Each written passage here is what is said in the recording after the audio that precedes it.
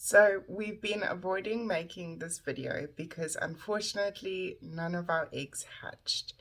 We did want to still show the process of what we did throughout the 21-day period, how we checked, how we did the candling. So we're ready to put our first batch of eggs. We're just starting with a few because we are still waiting for some new chickens to come through, and then we'll be doing different breeds.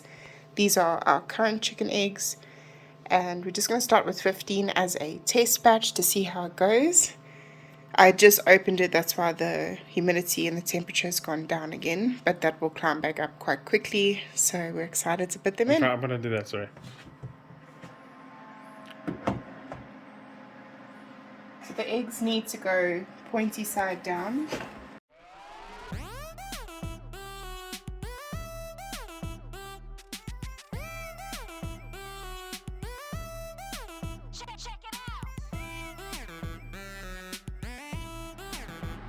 Some of these eggs are a little bit big. This is a big one.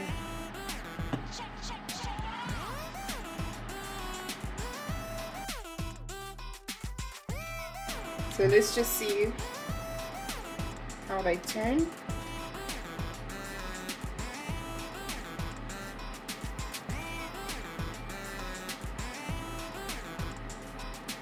Nice and safe. Now we close them up.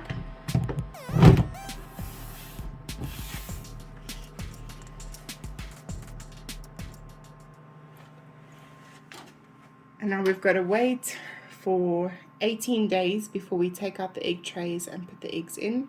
But we don't want to open this now that we've put them in because we want to keep the humidity and the temperature at the right level.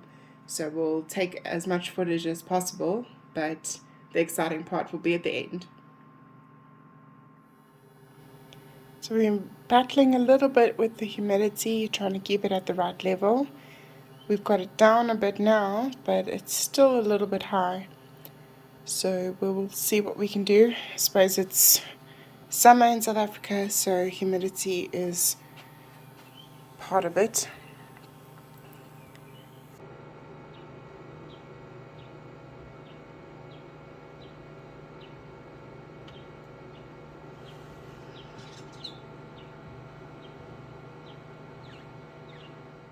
So it's day 2 and we've got the humidity right. Finally, we found a way. We found that just putting a few drops in the middle one has been the answer to our needs, and the eggs are doing well. Still a while before we see any movement.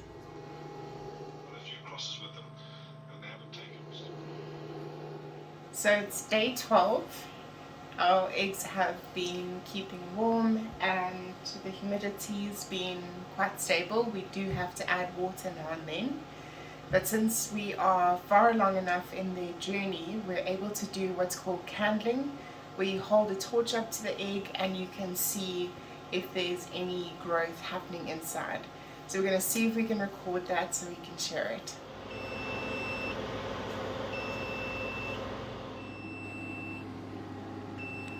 There we go. So you can see the dark mass at the top. That is our baby growing. Okay, so this one doesn't look like either it wasn't fertilized or it didn't continue developing. It's difficult to see, but there's a red ring around the egg. So this one is actually moving. Difficult to see, but looking good. Lots of veins. Probably not fertilized. There we go.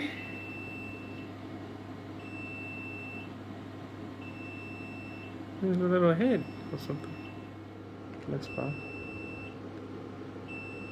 Look at that. Can you see that? Mm-hmm. It's moving. Almost ready. Yeah, that one didn't develop. Didn't quite make it. So it's day 18. We've got to take out the tray and then lay the eggs down so that they can start hatching.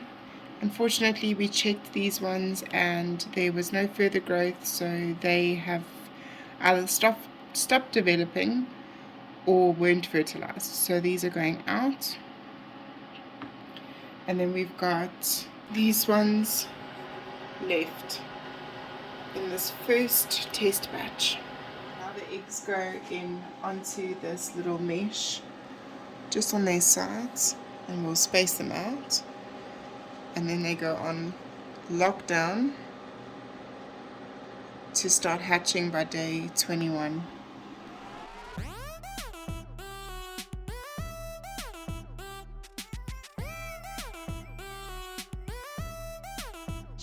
Good luck!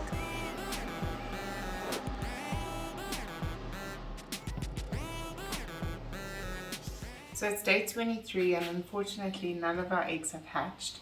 These were the last few that we had in the incubator. After doing some candling, we found a few that hadn't grown much at all, so we took them out. So these are the last 6 that we thought might be viable. So we watched a video of somebody showing how to test them in lukewarm water to see if they float in a certain way, whether they are viable or not. So we're going to try that.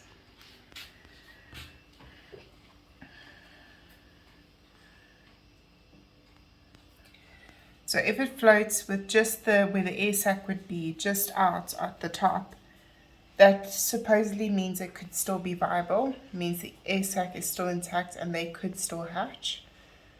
So we'll leave that one on that side.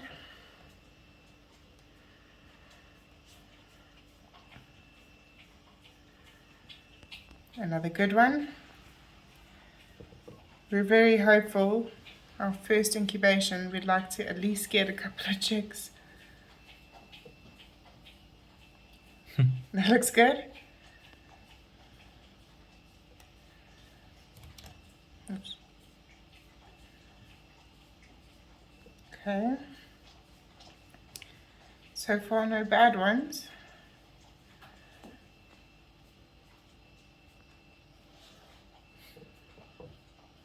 So all these ones, we could see the air sac in the candling, but we couldn't see any movement. So that's our main concern.